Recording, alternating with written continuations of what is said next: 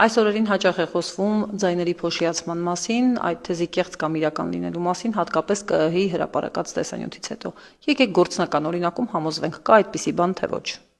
Հայաստանի Հանրապետության օրենսդրության համաձայն ազգային ժողովը պետք է ունենա նվազագույնը 101 պատգամավոր։ Սա նշանակում է, որ ընտրությունների ժամանակ անցողիկ շեմը հաղթահարած ուժերի միջև պետք է բաշխվի 101 մանդատ։ Եկեք մի պարզ վարժության օրինակով ցույց տամ, ինչ է նշանակում փոշիացում եւ ինչպես են բաշխվում մանդատները։ Ենթադրենք ազգային ժողովի ընտրություններին մասնակցում է 100 մարդ, եւ այդ 100 մարդուց 40-ը իր ձայնը տվել է առաջին ուժին։ Հա?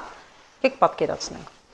Եվ երկրորդ ուժին այդ 100 մարդուց իր ձայնը տվել է 20 մարդ եւ եւս երրորդ ուժին, այսպես եւս 10 ձայն գնացել է երրորդ ուժին։ Հա, այսքան ուժեր են, 3 ուժ է հաղթահարել անցողիկ շեմը։ Ինչ է լինում 30 ձայնի հետ, դրանք տրվել են փոքր կուսակցություններին 1%, 2.5%, 3.5% տարբեր համամասնություններով, նրանք չեն հաղթահարել անցողիկ շեմը։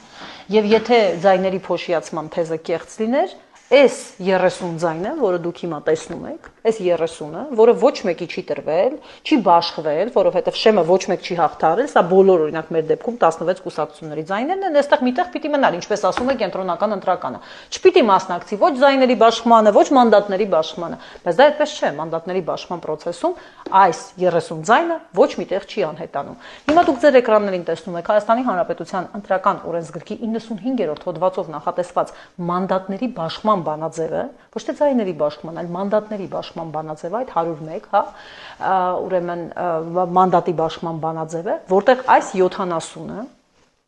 դառնում է 100, հաշվարկի process-ում դառնում է 100, որովհետև եթե ճիշտ լիներ այս թեզը, ապա ազգային ժողովը պետք է ունենար 70 մանդատ եւ ոչ թե 101 մանդատ, 101 падգամավոր, 70 падգամավոր պետք է լիներ, այդպես չի։ Եվ այս բանաձևի համաձայն այս 30-ը բաշխվում է,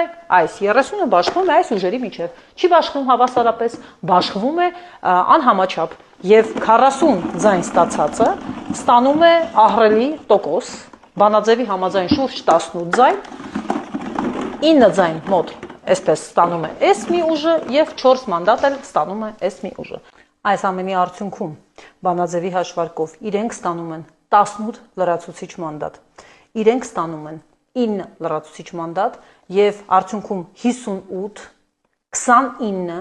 եւ 4 մանդատ էլ իրենք 14 ձայն։ Սա է իրականությունը, սա է ձայների փոշիացումը,